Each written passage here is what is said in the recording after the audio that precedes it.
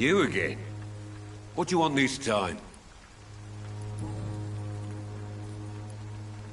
How did you become the local bully everyone is afraid of, Joe? There's no pride in roughing up poor bastards. But this is the only job I've found. And it pays well, too. A job? So you're racketeering for someone else? I got enlisted by the Wet Boot Boys, a gang from the docks. I'm their muscle for their dirty work.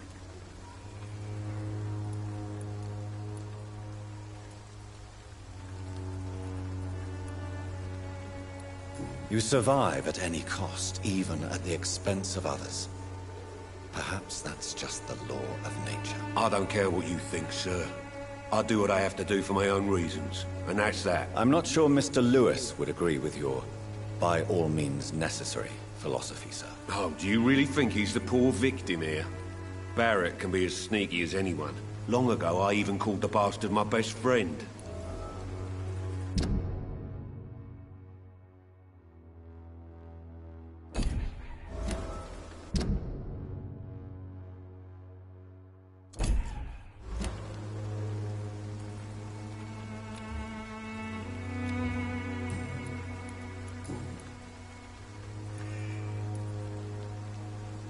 Why do you keep on working for the gang, Joe? You know it doesn't suit you. It's true, I hate this job. And I know I made some bad choices, but I'm a wet boot boy now. And people won't forget it. You could leave tomorrow. Start another life in another town. That's easy for you to say, Doctor. We are poor.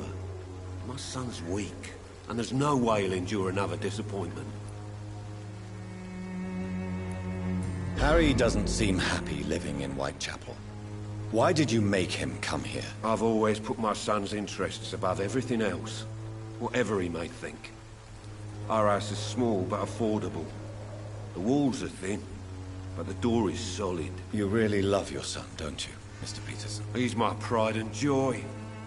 Even if he hates me for the choices I make and pushes me buttons more than he should.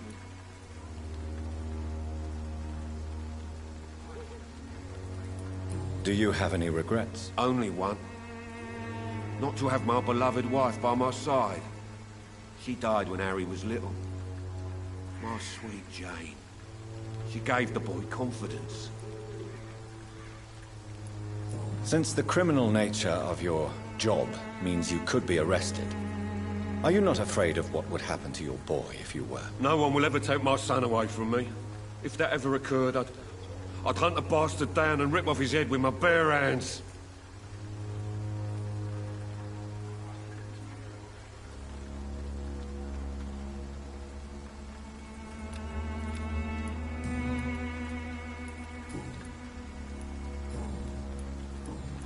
Goodbye, Mr. Peterson.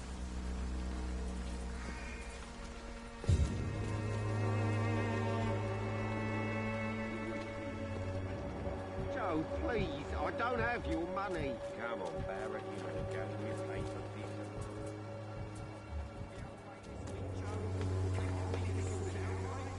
Good evening, Doctor. Can I help you? Do you need assistance? That would be nice of you, Doctor. Who knows what I may have caught you in my investigation. If you persist in investigating the most pox-ridden boroughs of London, you must accept the risks. Thank you, sir.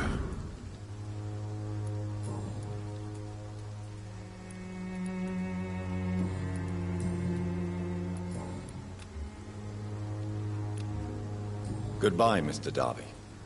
Farewell.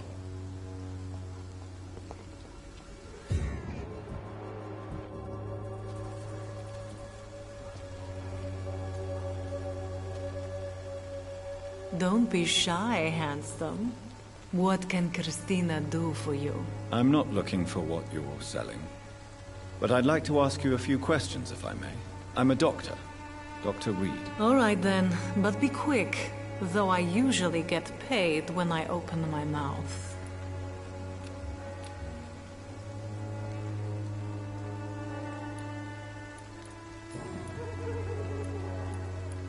Christina, have you been examined? The epidemic is spreading fast in London, and you could be exposed, or expose others. I don't like doctors or hospitals, but I don't like you asking questions. Considering your line of work, I assure you it is only a matter of time before you have health issues. If it is going to happen, it will happen. Right now, I need money. That's what's important. You can put your own life in danger, that's your decision. But what about your clients? If you're contaminated, you will put them in danger too. And you think that would worry me? If you knew the men I deal with, their health would not be what you'd worry about.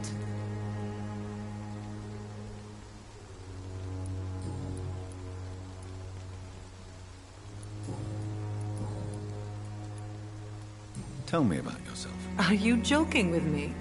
People don't usually come to see me for conversation. I have no interest in your work. I am, however, curious as to what led you into this career. Short story. The war, exile, and England. This country is not especially welcoming. I've been refused many jobs because of where I am from. I had few options left.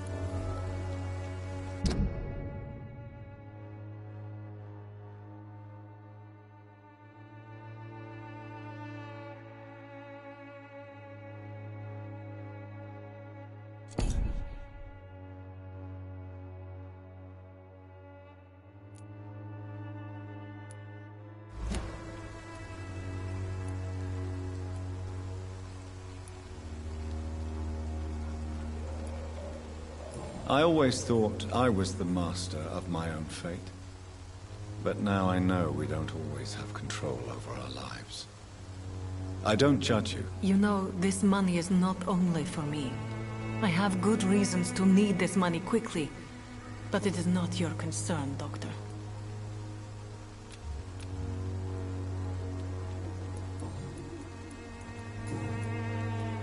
Clayton Darby claims he will expose the crisis in Whitechapel to all of London.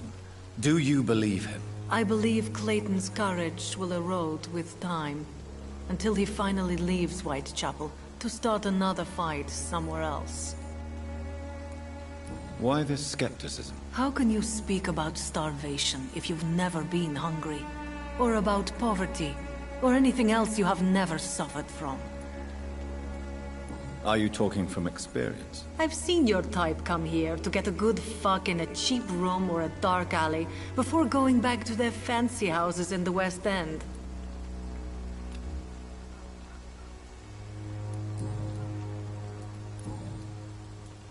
Do you know Nurse Dorothy Crane from the Pembroke Hospital? Anything you can tell me about her would be helpful. I don't know her, but I know her name is Dorothea Crăciunescu. She came from Romania like me and many others. You seem to respect her. Dorothea helps the sick people of Whitechapel. Everyone should respect that. Do you need any assistance, Miss Popper? It depends on the price of your medicine. I am shocked that you would think I am that sort of man. Forgive my suspicion. I'm so used to liars with good manners. Thank you, sir.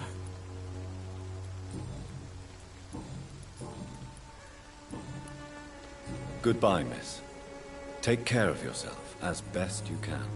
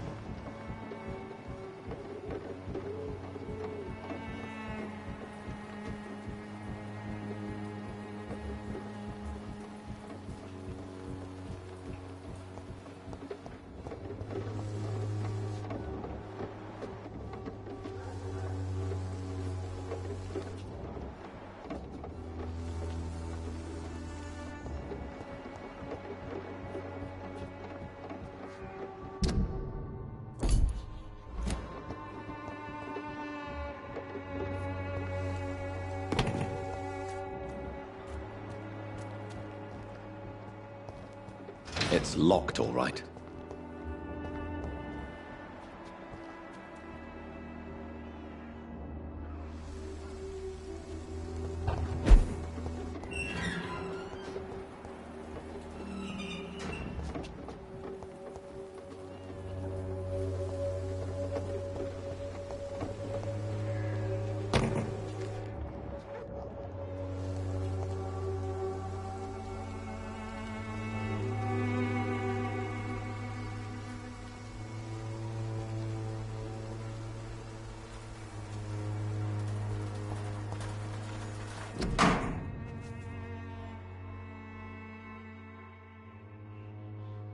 The content of Darius' letter to his children could give me more leverage to enter.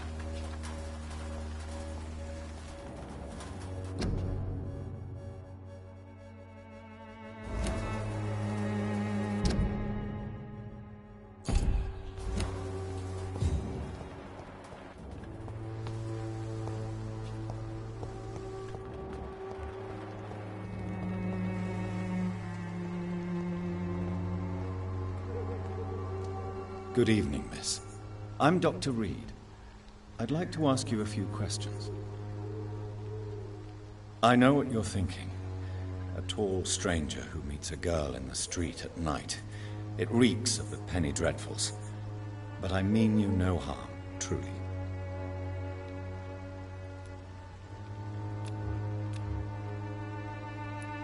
I know you understand what I'm saying. Your silence has nothing to do with you being mute, does it?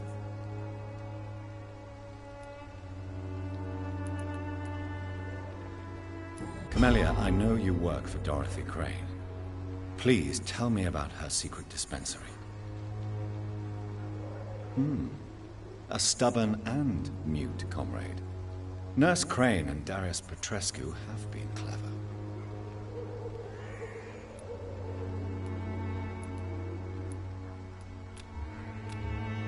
Very well. Goodbye, then.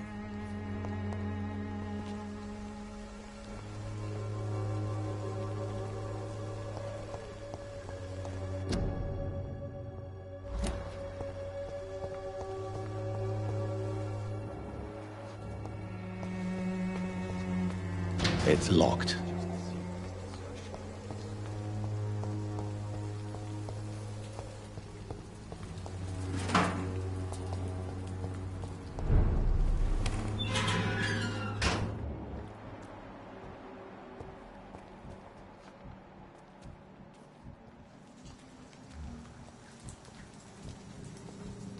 It ain't human!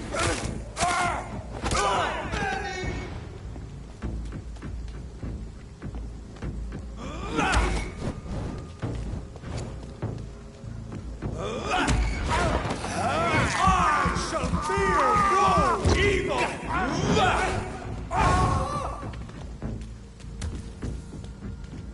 Go on back to the shadow! He's mine! I'll take it!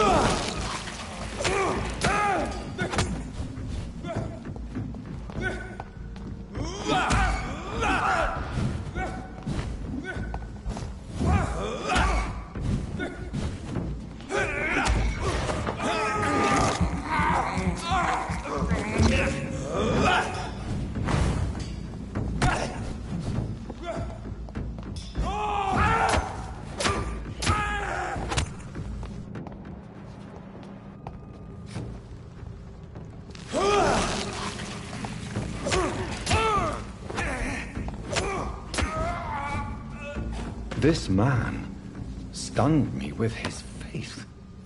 His crucifix. This is not good news.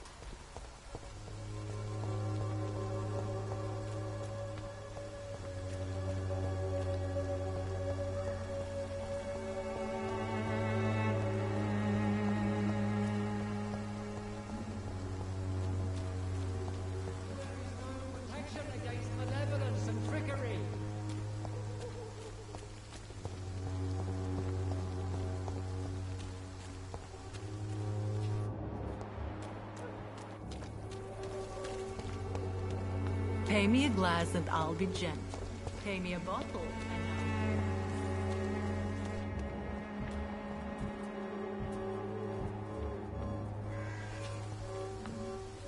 Soon the time will come when you will all Good be evening, judged Doctor. for your Can I? sins.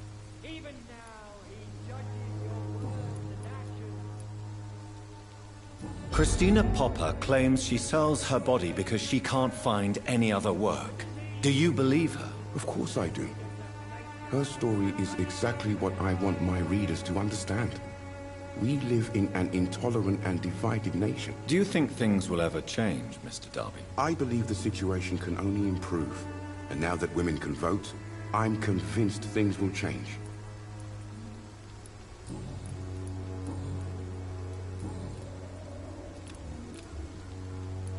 Goodbye, Mr. Darby. Farewell.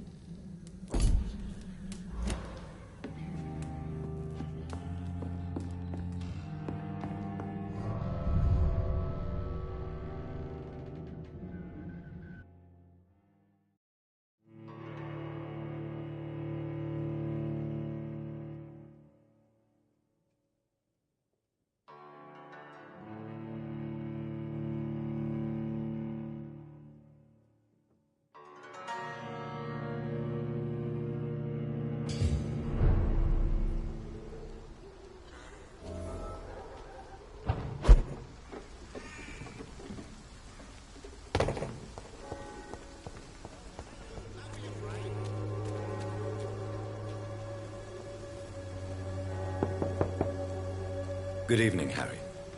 May I come in? Sure. Sure. Even my dreams are soaked with gloom. So, may I ask you a few questions? I'm not bothered. What could be worse?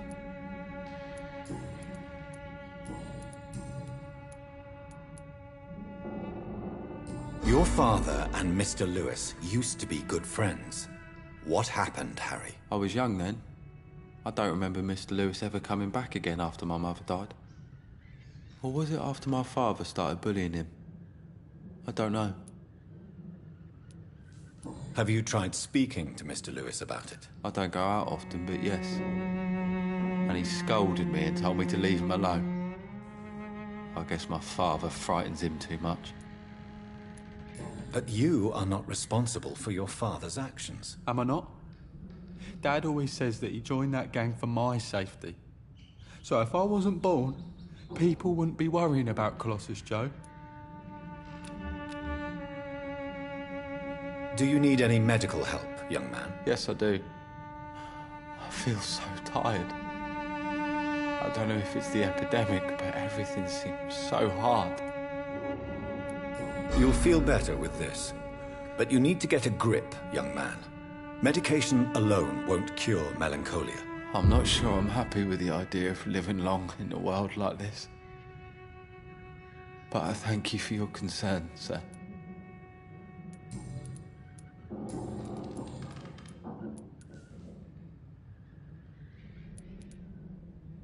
Your father... I was young.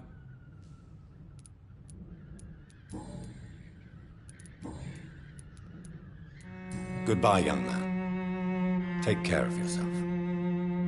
Is there only pain and suffering in this world?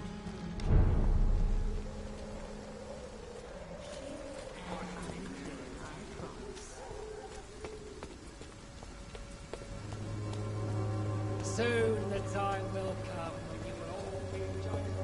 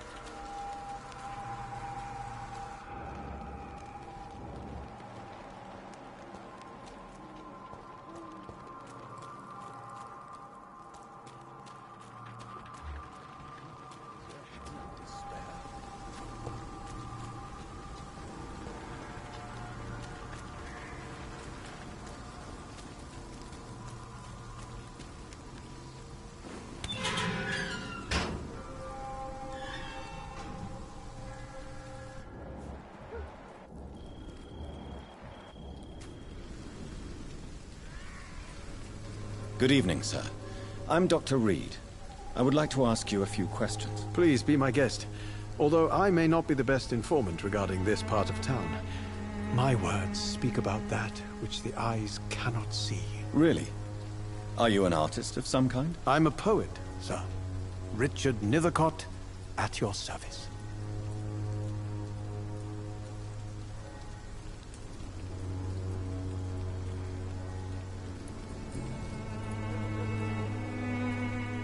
Are you aware that your life could be in danger in this part of town? But this is where I must be to feel the real beat of the city. I had to come, see it for myself, alone.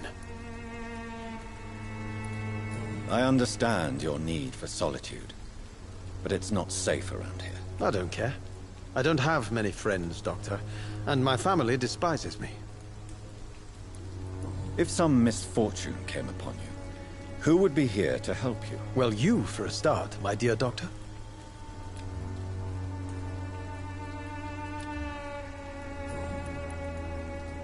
May I ask what you're doing at this hour of night, sir? Do you live here? Not at all. I'm just enjoying the pleasure of a quiet walk. Though night talks are always preferable, if you ask me. Especially with strangers. But are you not afraid of the epidemic? Oh, why should I? I see some equity in the Spanish flu. No flesh should be saved, say the scriptures. Good or evil, rich or poor, all are equal in the eyes of the flu.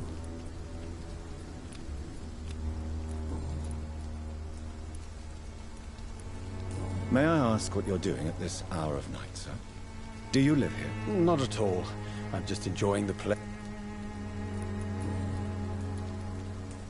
What are your thoughts on the terrible situation in this city? Terrible, you say? No. Of course, the death of so many innocents is a tragedy. But the scourge has not been all bad for the city. Oh, no, sir. What are you talking about? Do you remember London before the flu? Noisy, cacophonic, quiet nowhere to be found. And now, listen to this oddly peaceful silence.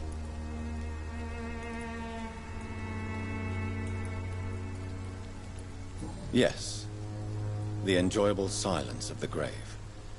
You have a unique perspective on the situation, I must admit. Most people fail to understand my perspective. I don't blame them. But how could I call myself a poet if I veiled my feelings?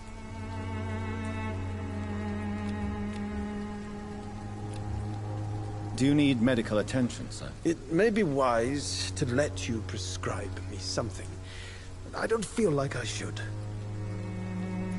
I understand your appetite for words and macabre beauty, sir. But you should be more careful. The nutrition of my mind is more important than my physical health. But I appreciate your concern, sir. May I ask you a few questions about the district? Extraordinary part of town, is it not? I'll be glad to help you, if I can. I'm looking for Dorothy Crane, a nurse who lives in this vicinity. Dorothy Crane. Oh, I love the name. The Crane of Whitechapel. Sounds very mysterious. But, sorry, no, never heard of her. What can you tell me about an old man called Darius? Darius Petrescu? Yes, I know him. At first, I thought he was only a small publisher. I invited him to publish my work, but his reaction was pretty clear. Not interested in your talent? Darius is an old political activist who takes delight in printing tracts and lampoons. Those communist activities only require mediocre writing skills.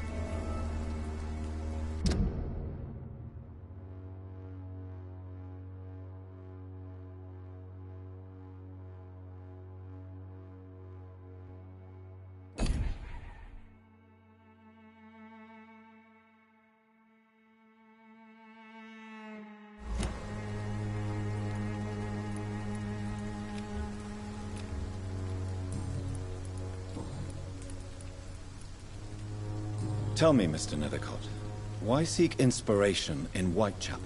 The place is not beautiful per se, but how to explain it?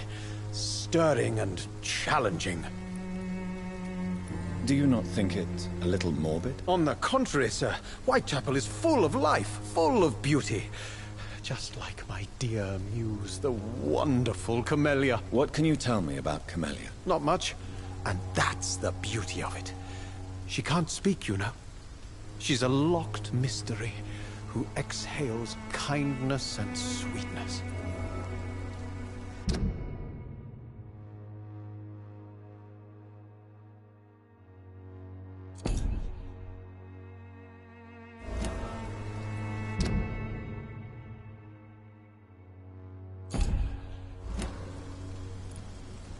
Perhaps you're just afraid to find out the truth about your muse. One day, perhaps, I'll ask her to come with me. But will she still be my wild flower of Whitechapel if she moves uptown?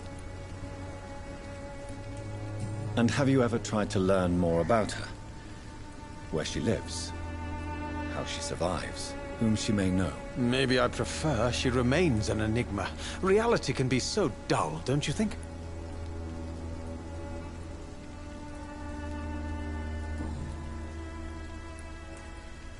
In what way, exactly? The struggle by gaslight, the barren smiles and the added hunger under the rain. If you say so. Such vibrant antagonism and vivid paradox. The stripped humanity raged across each street. Vivid, of course, yes. And what about the poignant distress? Oh yes, the poignant distress. You see what I mean, don't you? That's what I want to write about, and that's what Whitechapel is made of. Did you know the Mute Florist is a member of a secret society? No, I didn't. But I thank you for this information, sir, for it only enriches the mystery surrounding the precious camellia. Are you not curious? Is there not more you wish to know? That girl has not an ounce of malice in her. Whatever she may be hiding, it's certain to be for the benefit of most, if not all. I fear you are a hopeless romantic, Mr. Nethercott. Guilty as charged, Dr. Reed.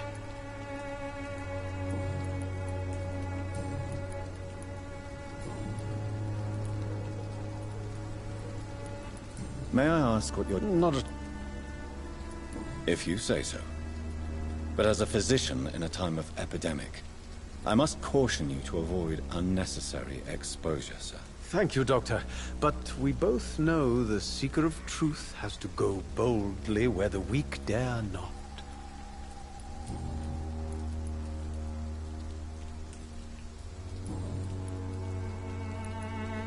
I'll leave you alone, sir. Darius is a bit less of a mystery now. It should not be that difficult to incite him to let me in. Some of us come to this world already touched by evil.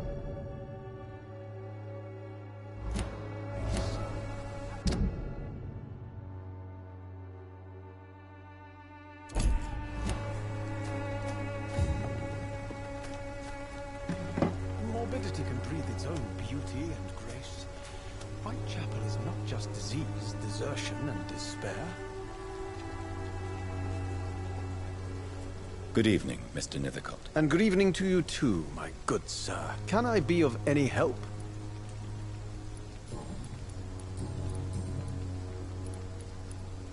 You don't really make a living from your scribblings, do you, Richard? No, sir, I don't. I work so hard. I put all my time, my energy, my devotion into the precise carving of words.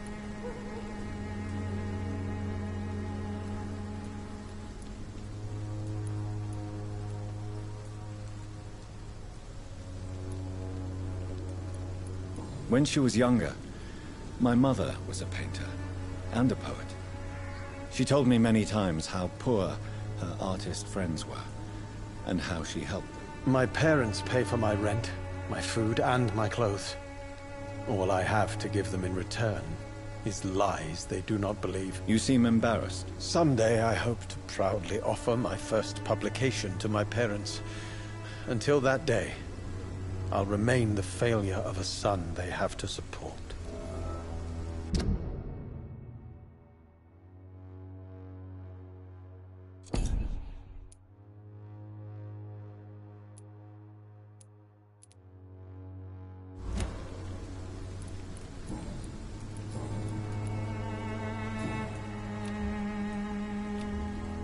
I'll leave you alone, sir.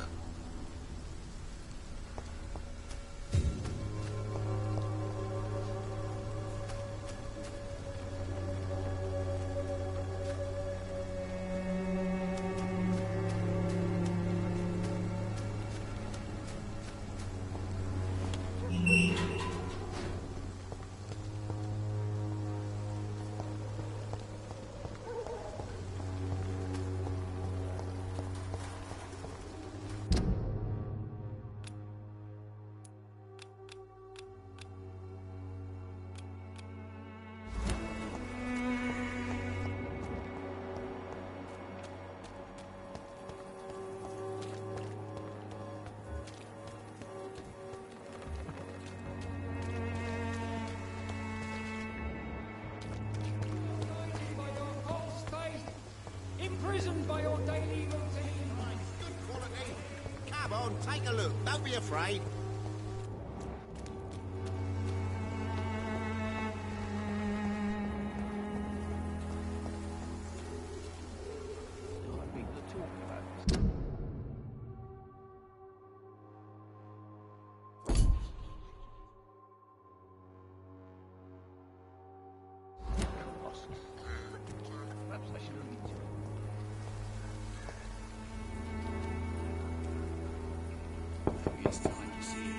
Mr. Petrescu, just 1 minute, please. You again. Go away.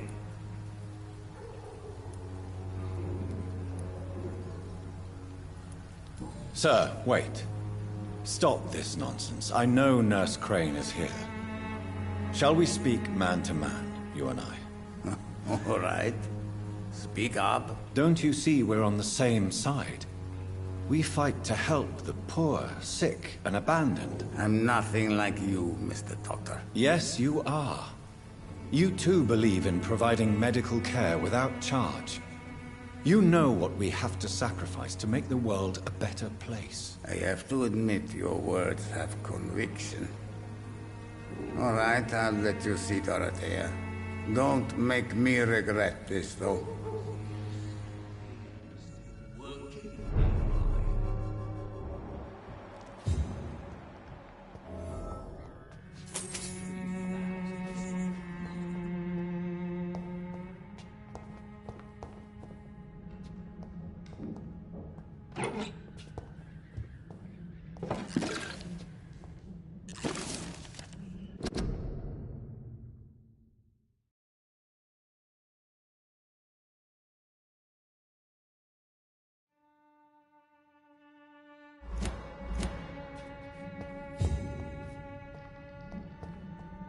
It's locked.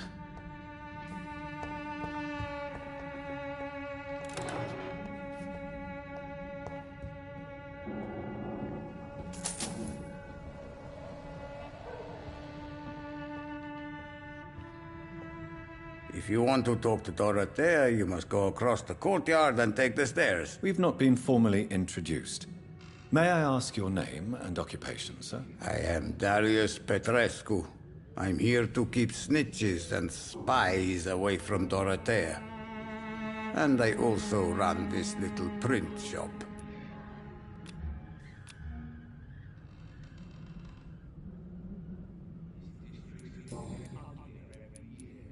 So Dorothy's real name is not Crane? Like myself and many people in this area. Dorothea is from occupied Romania. That's all you need to know. She seems important to the community. More than you can imagine. The West End does not want to hear of Whitechapel's misery. Dorothea is one of the few doing something about it.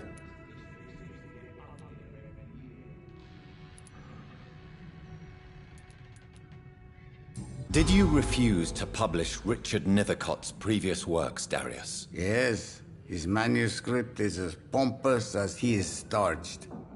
Now there's a man who loves the sound of his own voice. You could have told him so. As a great writer recently said, politeness is the most acceptable hypocrisy. Tell me everything you know about Camellia, the mute florist. I do not believe in the afterlife, Doctor, but I'm almost convinced Camellia is an angel. She volunteered to give out our medical leaflets. Are you not worried for her safety? She is as brave as she is tough, and clever, too.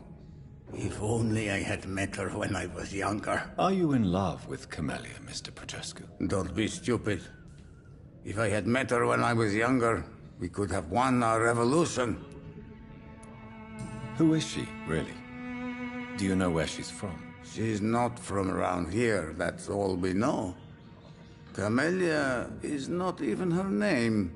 It's her favorite flower. You say she has no close family? Well, there's that awful poet who constantly follows her around like a lost puppy. A good man for sure, but a very poor writer.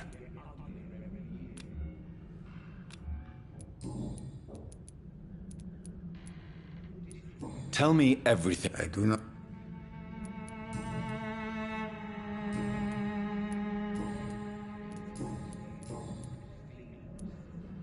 Do you have any family left, Mr. Petrescu? Children or grandchildren? Who knows? I have abandoned my people for so long, they might as well be dead. As dead as I am for them, I suppose. Don't be embarrassed, sir. If you must know, my own father disappeared many years ago, and I forgave him. It's quite awkward to talk about our families like this, but... Thank you, Dr. Reed. I appreciate your trust. This war won't last forever. Did you ever think of returning to your country now it's free? No. I have taught strength and determination to my sons and daughters. I'm an old, dying man who only has memories of better times to cherish.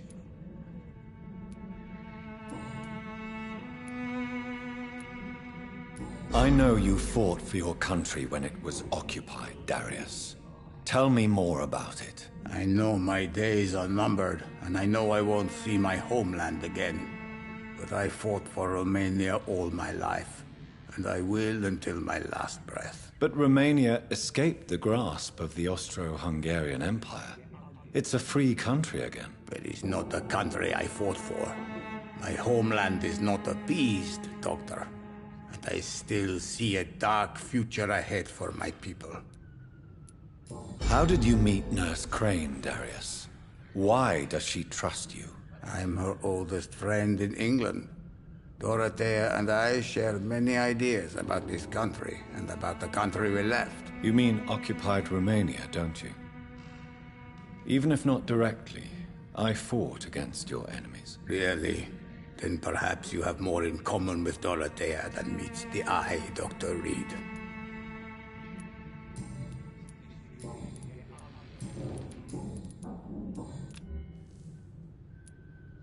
Do you need some help, Mr. Petrescu? I am very tired, but that is all. I don't need you, Doctor.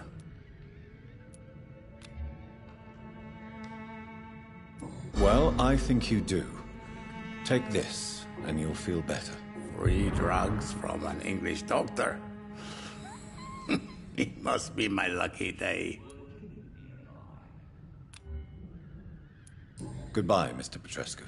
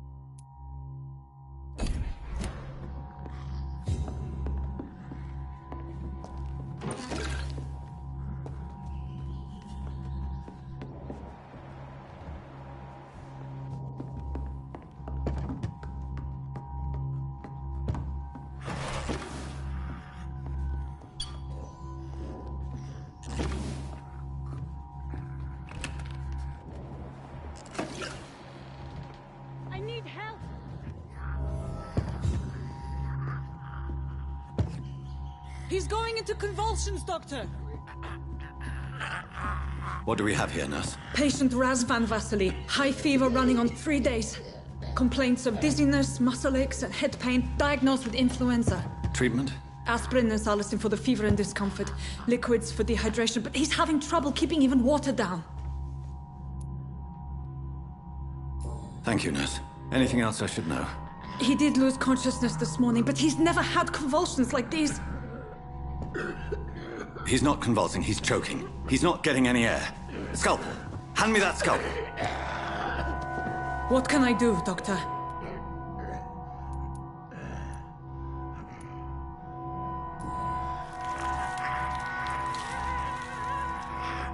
I need to perform a tracheostomy. Short pipe. That rubber tube will do. We're going to cut a passage for air through the neck. Yes, Doctor.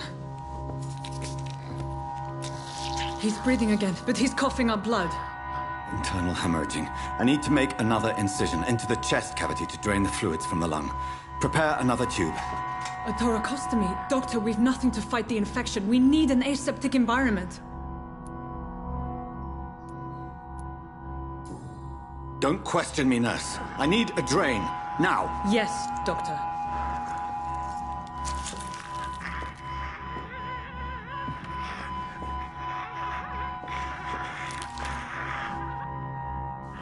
He's still bleeding, Doctor. I'm losing his pulse. The drain must have punctured the intercostal artery. There's too much blood. Are you all right, Doctor? I can't see.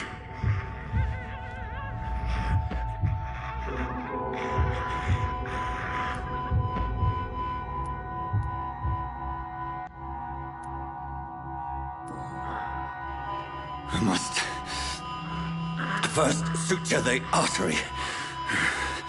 Find the wound. The source of the blood. Needle and thread, Doctor.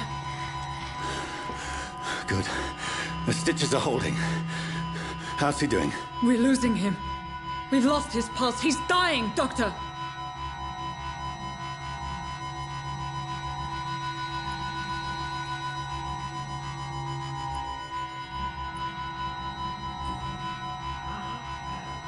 A dose of epinephrine, now. Yes, Doctor.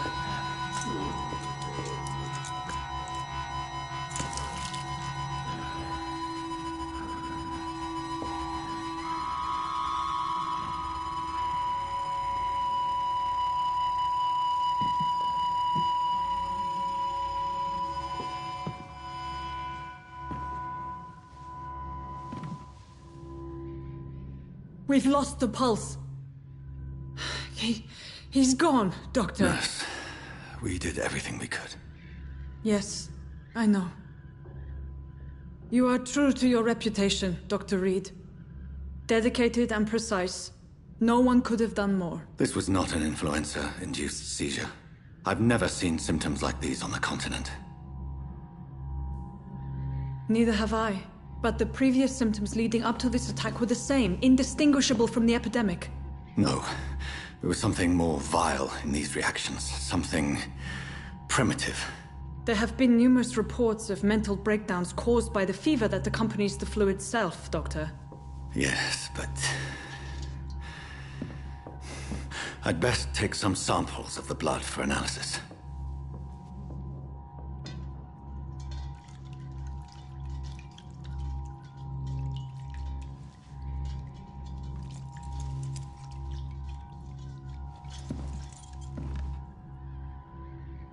I doubt you're here to test my bedside manners.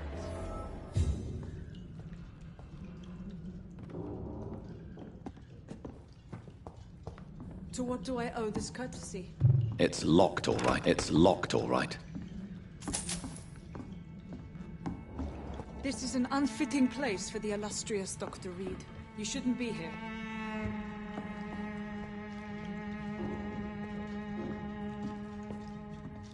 I suspect it was more than intuition alone that led you to us. So, how might I be of service, Dr. Reed?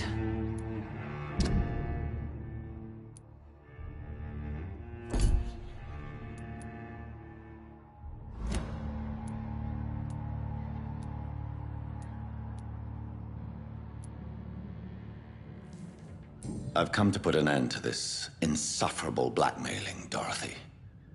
Doctor, you think your warnings scare me? I've stolen and plied, blackmailed and lied, but what else am I to do? I'm all these people have.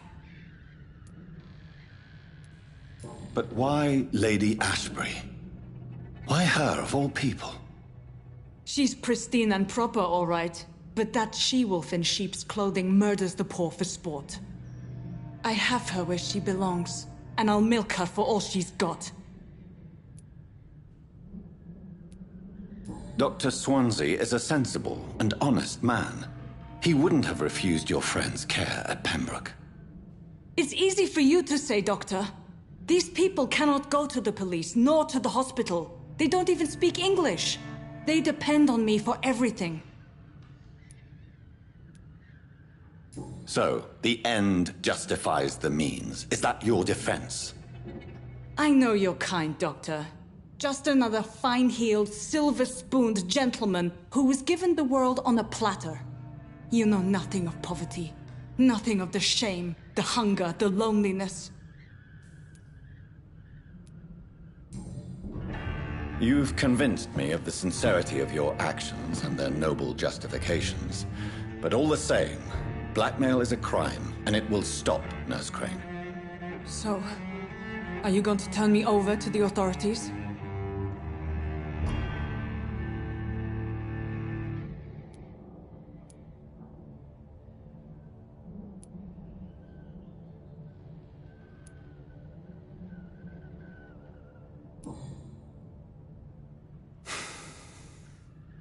No. Your place is here. Jailing you would be an even greater crime. So, here is my proposition. I'll look the other way on your little enterprise. In exchange, you will resign from the Pembroke Hospital and provide me with medical supplies when the need arises. Dr. Reed! That sounds like a business proposition. My accomplice, then. No, just a privileged client. My research may require the occasional rare piece of equipment or ingredient. I'll pay good coin in exchange, fair and honest, to help finance your noble endeavors.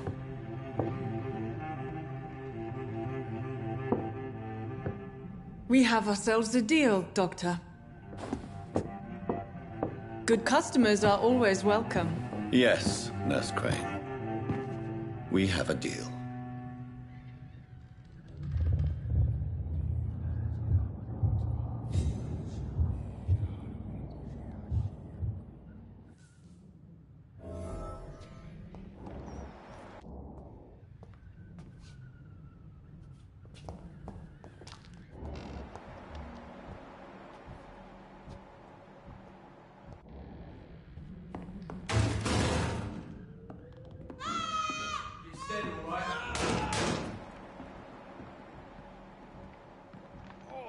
This one stinks already.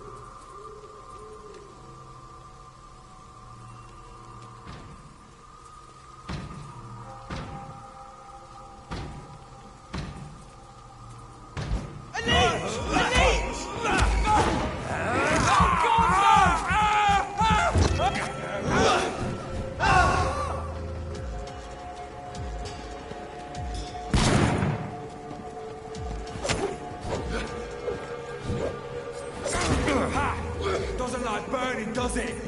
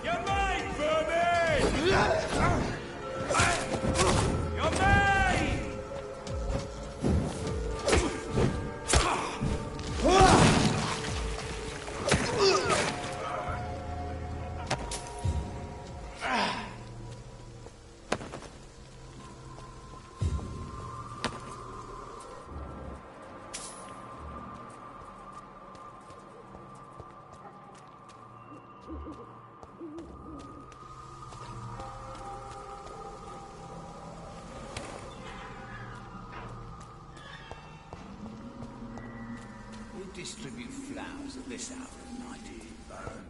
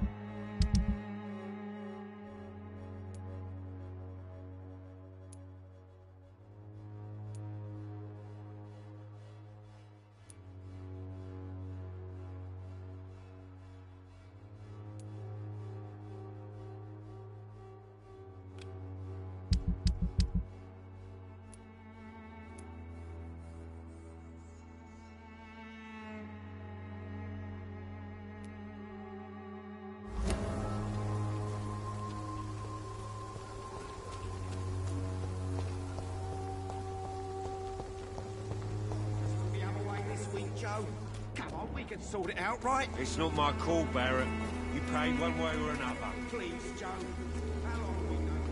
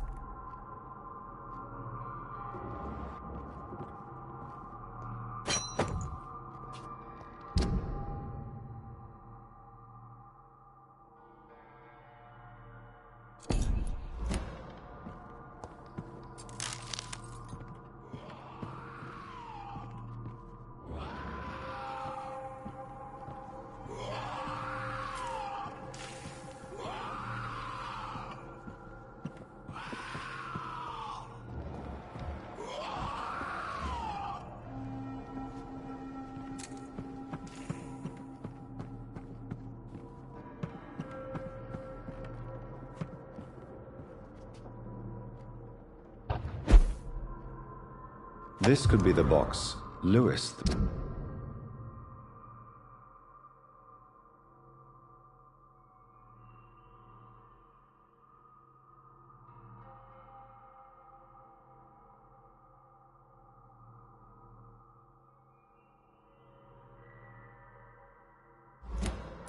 A love letter from Joe Peterson's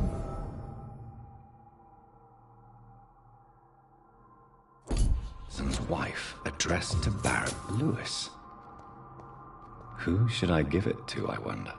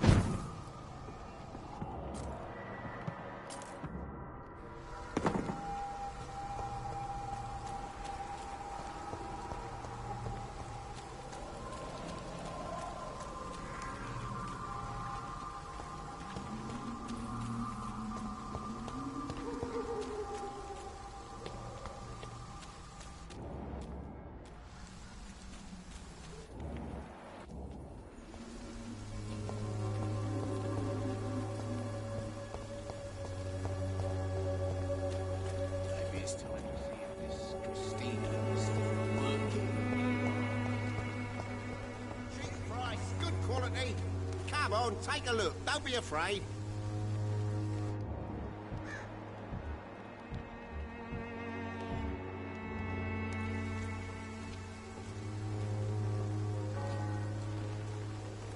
Fancy buying something, sir? You never lose your focus, do you?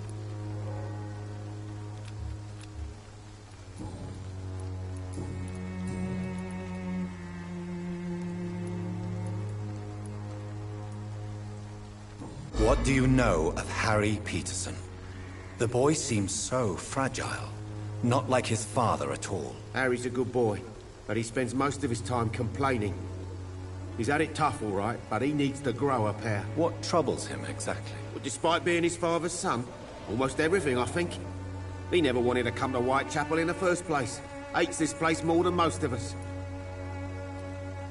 Joe Peterson. He's the villain here, isn't he? But you seem to know each other. I've known Joe for years. I saw him box once or twice. He was a friend then. But these days, he's just another thug. What can you tell me about Mr. Peterson?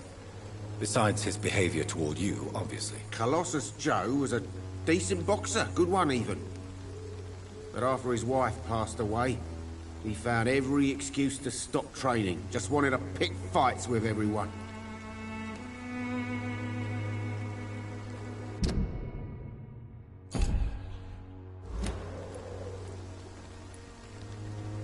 It's never easy to find a new path in life, especially after the loss of a loved one.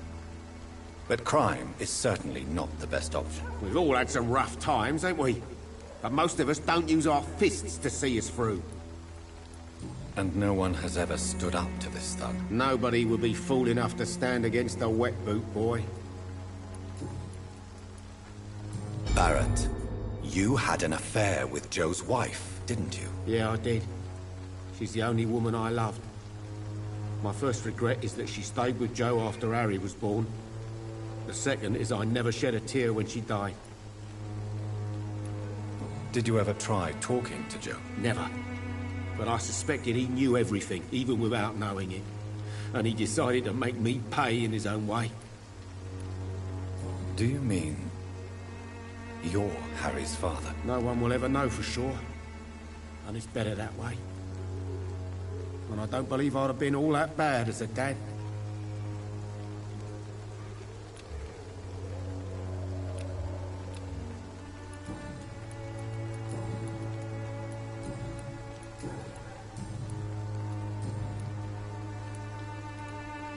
I found this box in an abandoned building nearby. I believe it belongs to you. Let's have a look. Yeah, this is mine. So, you faced those loons that roam around there. Extraordinary. I suppose I was lucky. Luck is a commodity round here. Yours should be properly rewarded. About this package, it's not just tools and trinkets, is it? I want to be rude or anything after your kind gesture, but it's none of your business.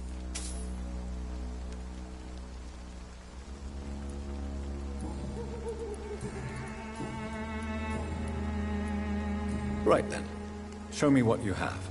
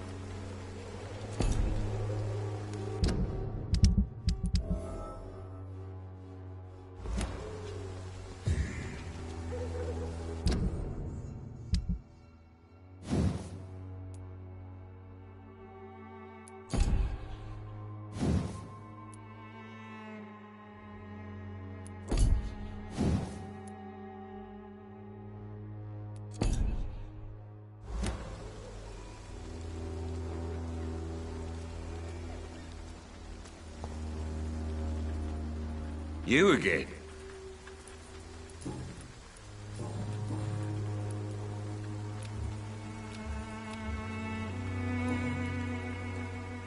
Goodbye, Mr. Peterson.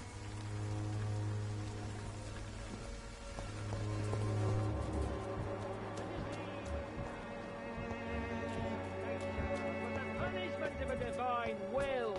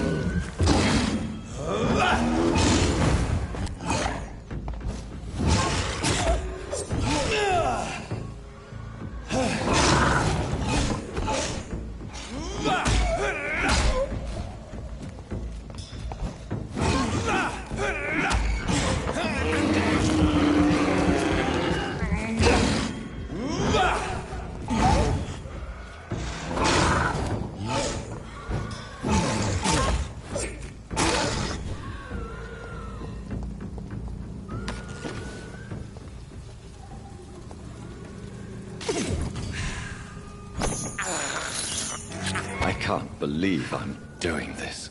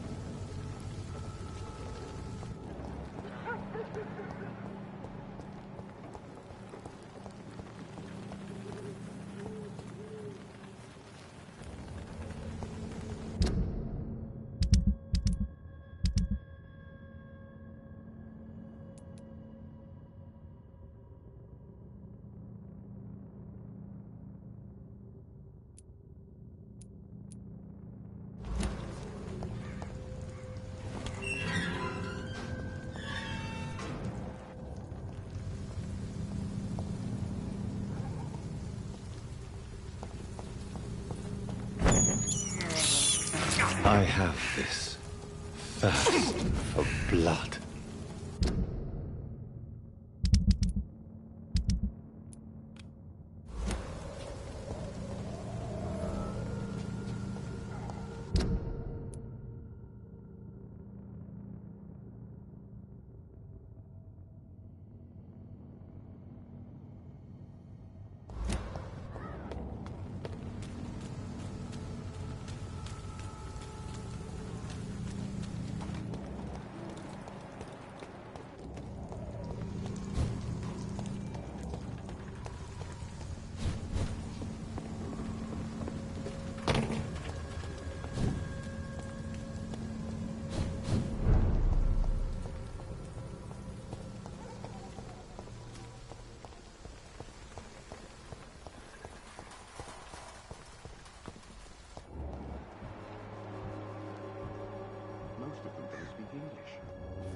supposed to interview them.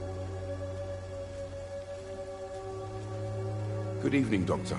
Can I help you?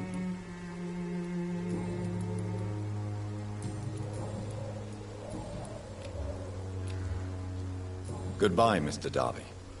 Farewell.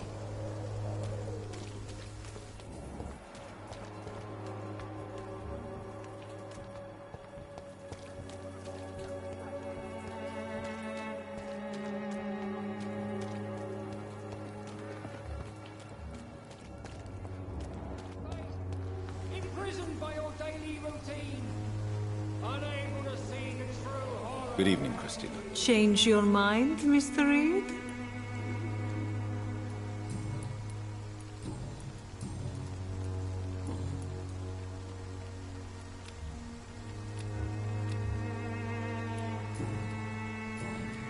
Goodbye, miss.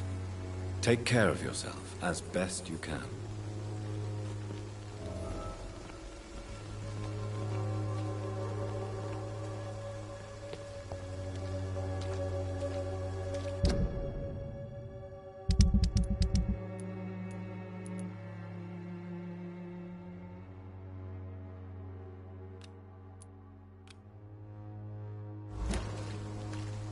Pay me a glass and I'll be gentle.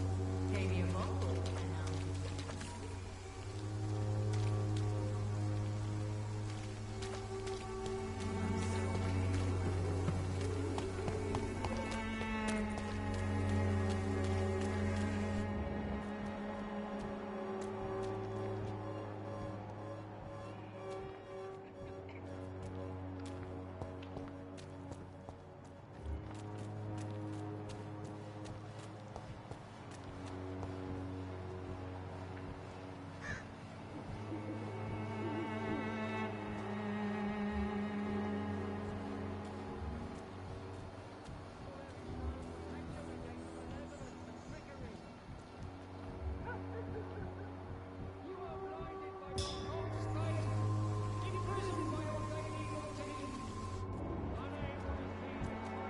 Pay me a glass and I'll be gentle. Pay me a bottle and I'll be nice.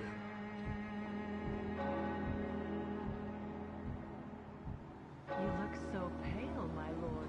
Would you like me to revive you?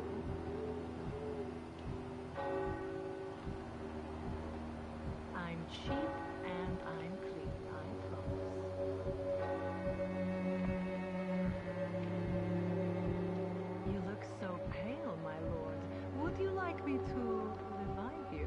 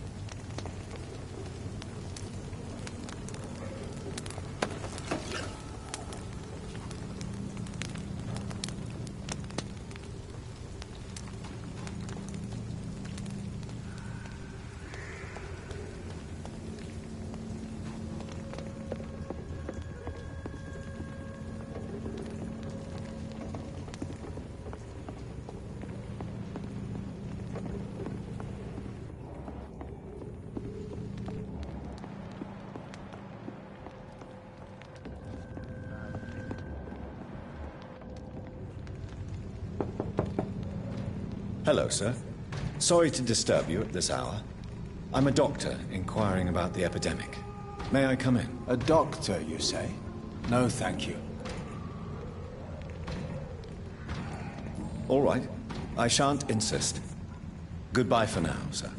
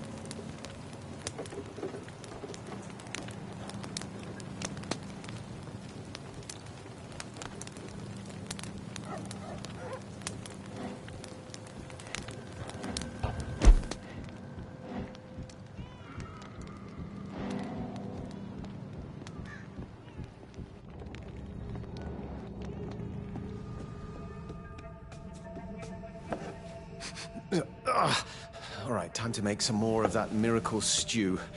Where is the burner?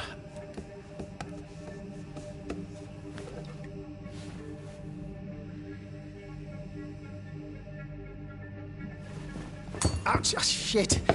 Ow! Oh, shit, no more chlorine. Well, the next batch will be a little less miraculous, that's all.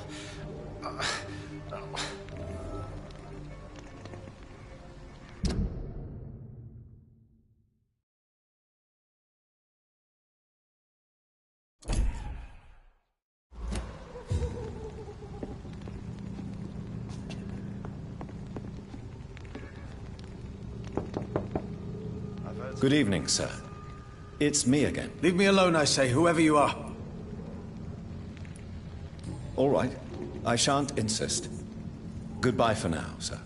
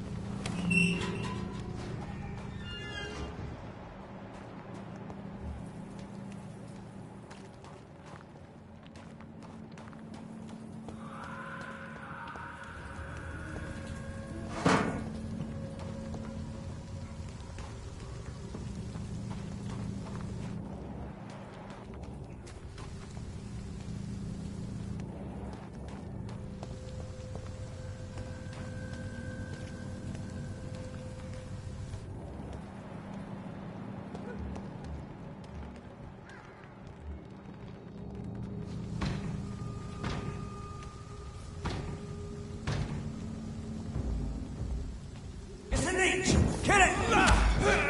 Dear God!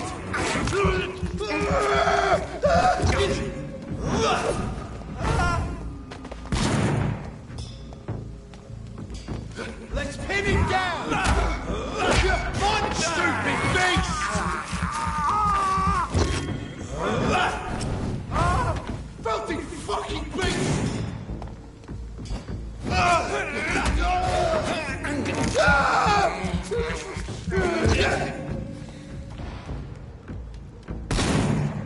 Die, leech!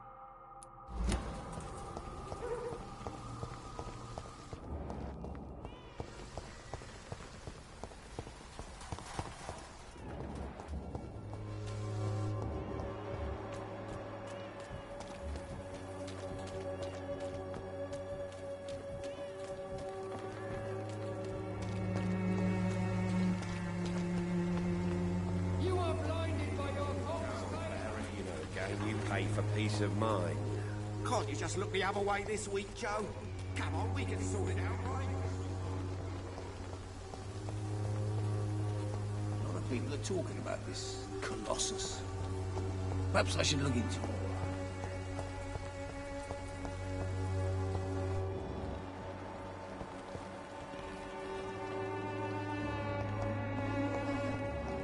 As long as you have the money.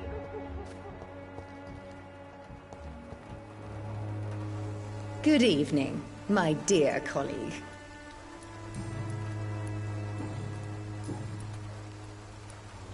Loretta, is your brother your accomplice, or are you just using him? I would never take advantage of Mason's handicap.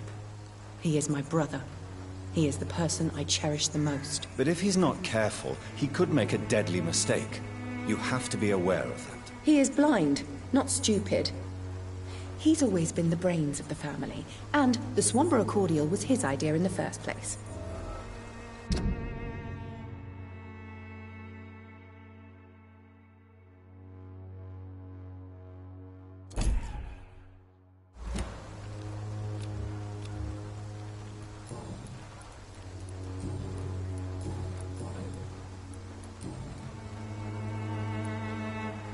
I'd like to see what...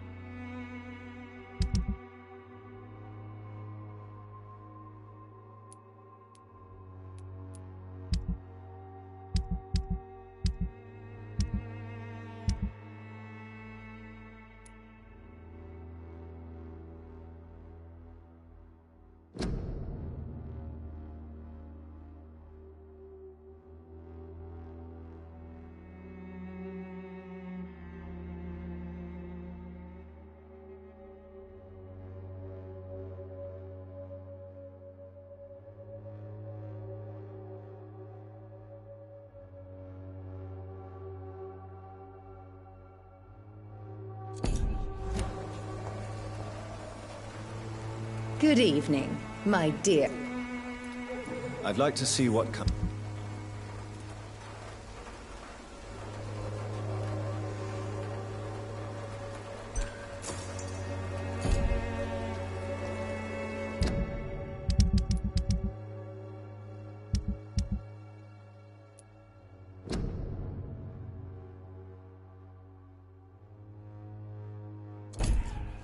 When science fails you, this elixir will give you faith again. The wet boots will be proud of me. Good evening, Benjamin. Can I help you? I'm afraid not.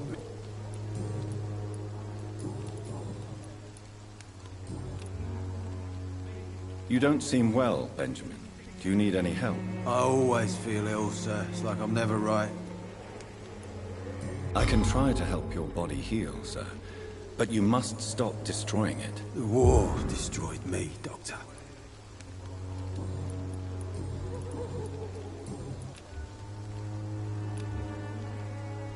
A gun, alcohol, and a bad temper make a terrible cocktail, sir.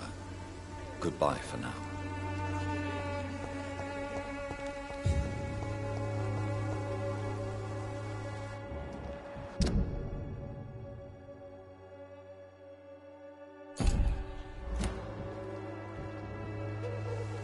How are you, boy? I'm not...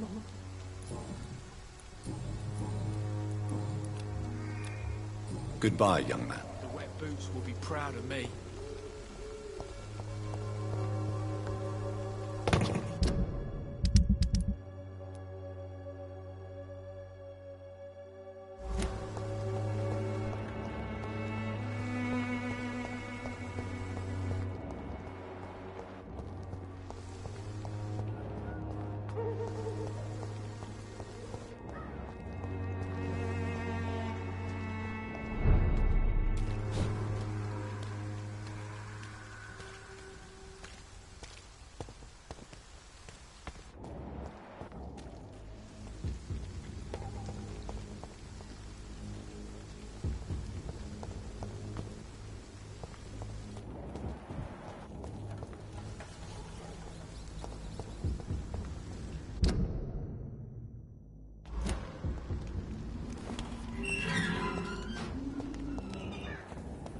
Human blood.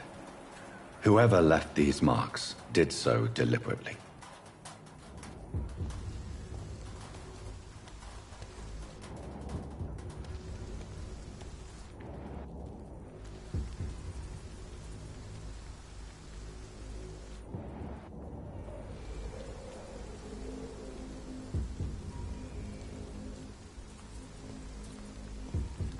Kill it, boy! Cross the leech, boys!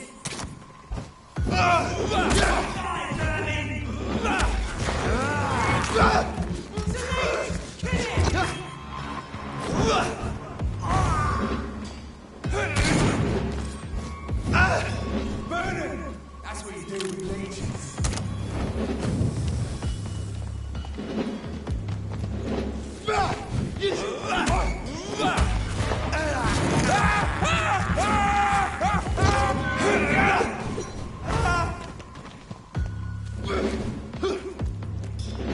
Burn it, boys!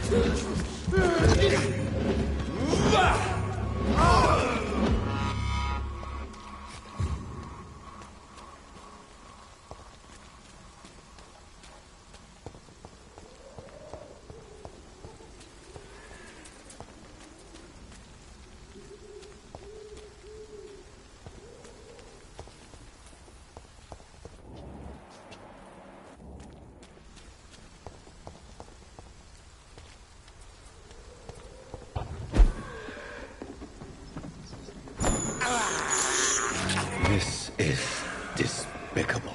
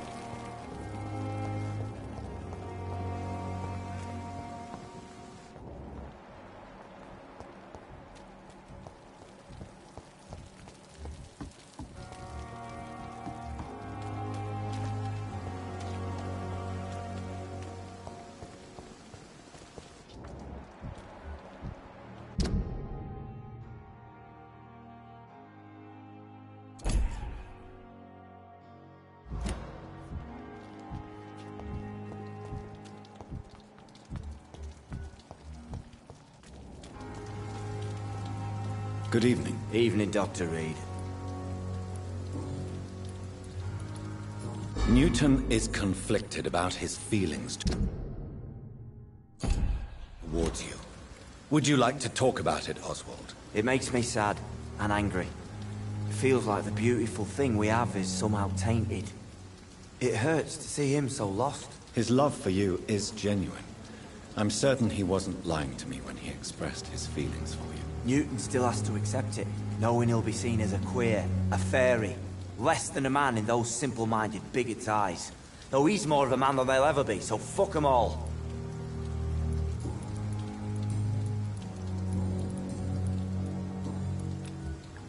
Do you need medical attention? Don't get me wrong, sir. I'm grateful for what you've done, but I've never felt comfortable with doctors. I'm certain you have your reasons. But let me assure you, I'm not like other doctors you may have consulted with. It is true. You risked your life to save me, after all. It would be impolite to refuse your counsel. Goodbye, Mr. Thatcher. Try to take care of yourself.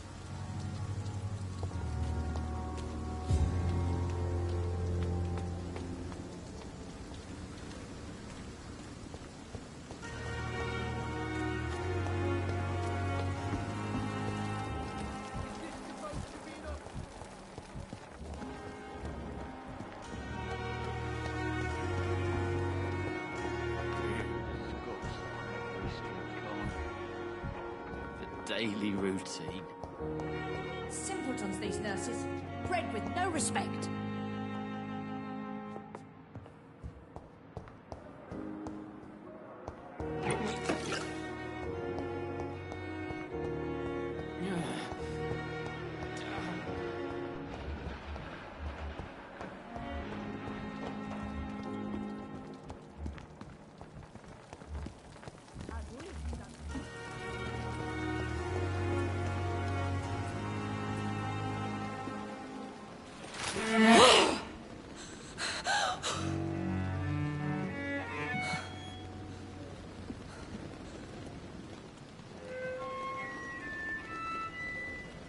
I would ask you to avert your eyes, sir.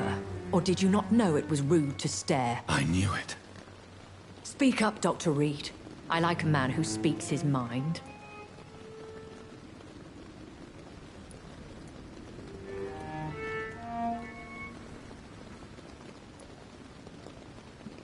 You killed him. He trusted you. And you killed him. Spare me your sarcasm, Jonathan. You are but newly born in this world.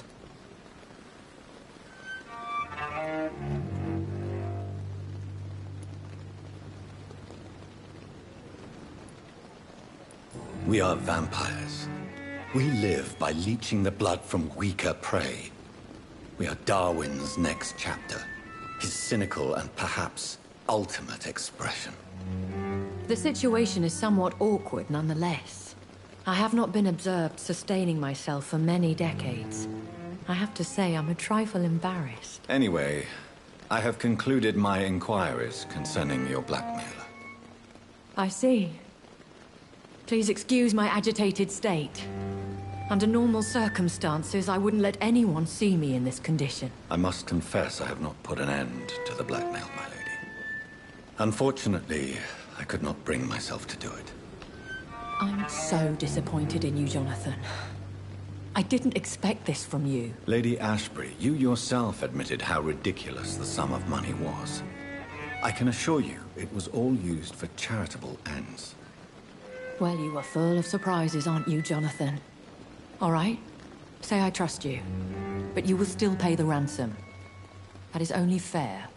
After all, it was you who failed to bring this problem to a satisfactory conclusion. I believe I could agree to that.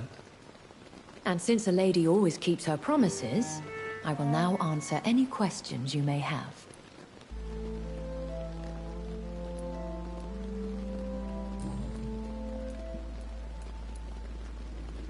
I don't understand. Why was I created and then left for dead? That is a question only the one who made you can answer. It's not normal practice. I doubt even if you find him, he will answer you, considering how cruelly he treated you. So me being a vampire could have been a mistake. I very much doubt it, Jonathan. Contrary to the legends, it is not as simple to make another vampire by just biting someone. I'd like to avoid creating another vampire by mistake anyway. Tell me, how is it done? The process is dangerous. It could even kill your potential progeny. If you did decide to sire an offspring, they must drink of your blood, Jonathan. I've been hearing a voice talking in my head. Is this some kind of insanity? It feels like the voice of the vampire that created me. Hush. Tell no one this. It would be unwise to talk of such things amongst British immortals. Speak no more of your maker. How could this cause offense? Only the powerful immortals can mentally call to their progeny. No vampire or hunter will sleep easy, knowing that an unidentified elder is stalking the streets of London. Excuse my forwardness, but... are you my maker? Me? Goodness, no. Only a foolish immortal would create a progeny without taking precaution, and I'm no fool. A vampire? Is that what I am? What we are? Such a crude word, defined by penny dreadfuls and drunken hacks. No. You are now an Ekon, and that you shall remain. Are you an Ekon too? Yes, I am. We are the closest thing to what man refers to as vampires. Forget what you think you know about us. So we are Ekons. How can I identify us amongst other vampires? How to put it? All Ekon are vampires. But all vampires are not Ekon. We are but a branch of the immortal tree.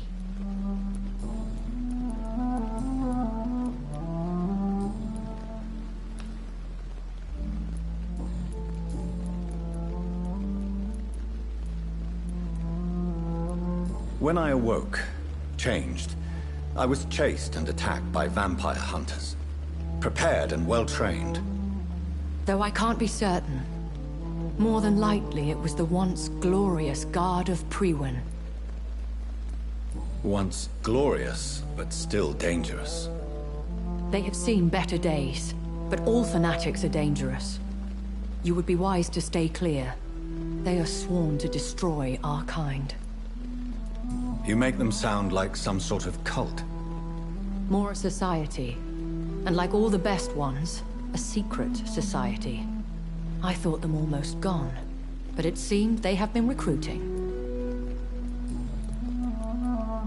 I've been away from London and England for 3 years. This isn't the city I remember. Things have gone from bad to worse here, Jonathan. I've lived in this city for a long time, and I've never seen it like this. The Spanish flu has hit London that bad.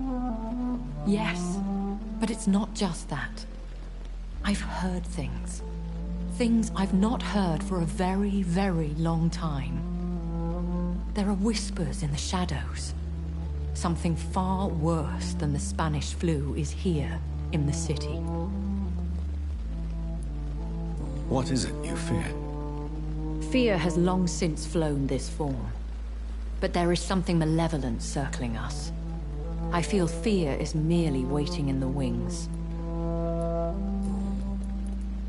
Are there many vampires here in London? Immortals are of a rare breed, and we often tend to hide.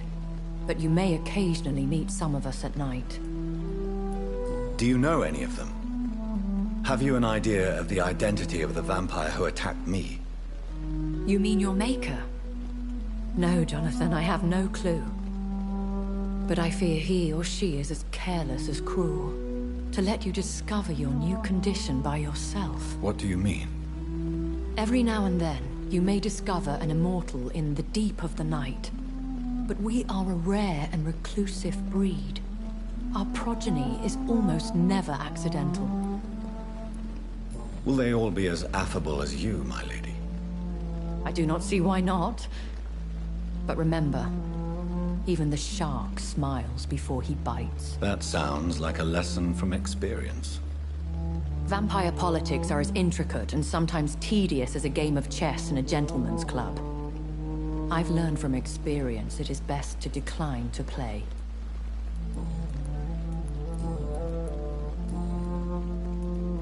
Why did you save me in the canning factory? I could hardly stand by and watch such a promising young blood as yourself be torn to shreds by some gutter scowl. William Bishop wasn't the vampire that created me then? No, Jonathan.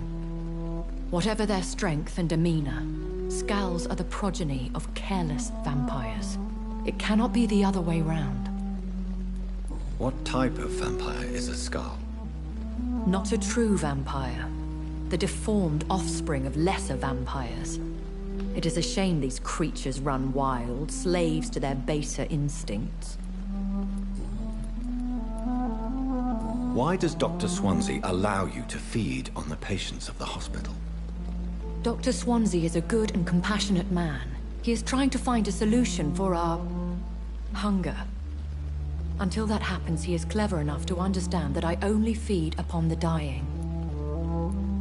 What do you know about this Brotherhood of St. Paul's Stole?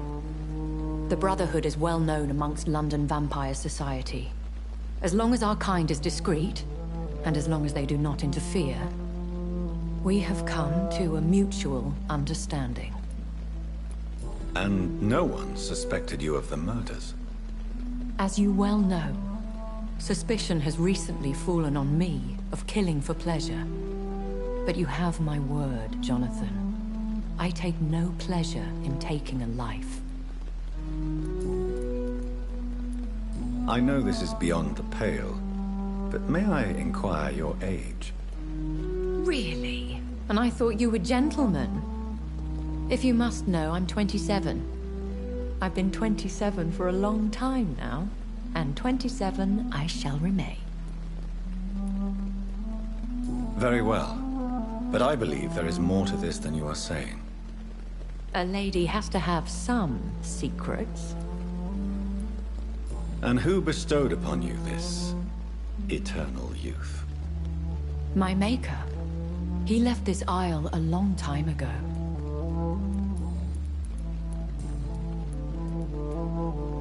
I bid you farewell, for now, my lady.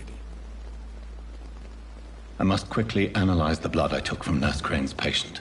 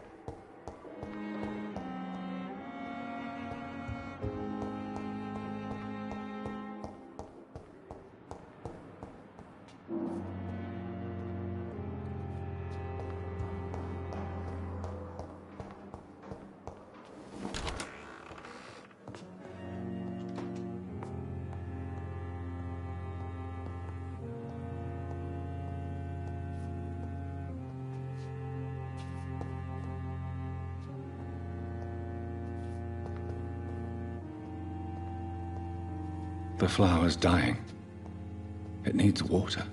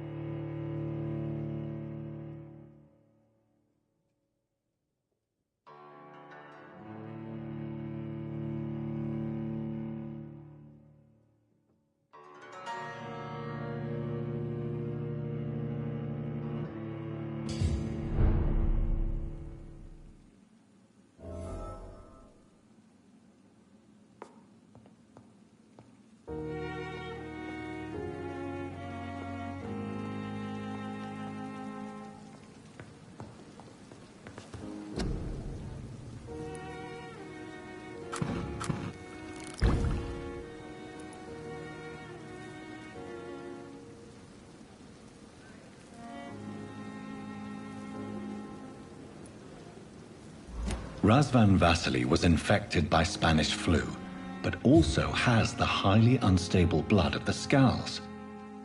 Is the London vampire epidemic transmitted through the flu?